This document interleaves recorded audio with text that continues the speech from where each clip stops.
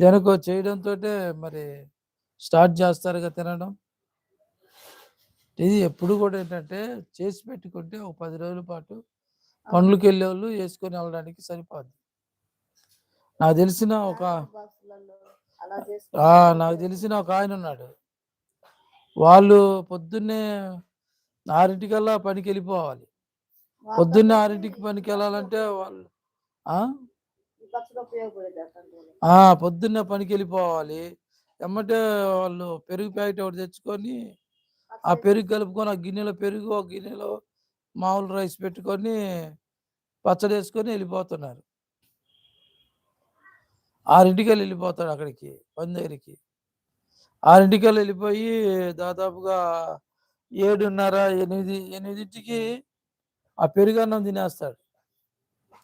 పెరుగన్నం తినేసేసి మధ్యాహ్నం 1 గంట అయ్యేసరికి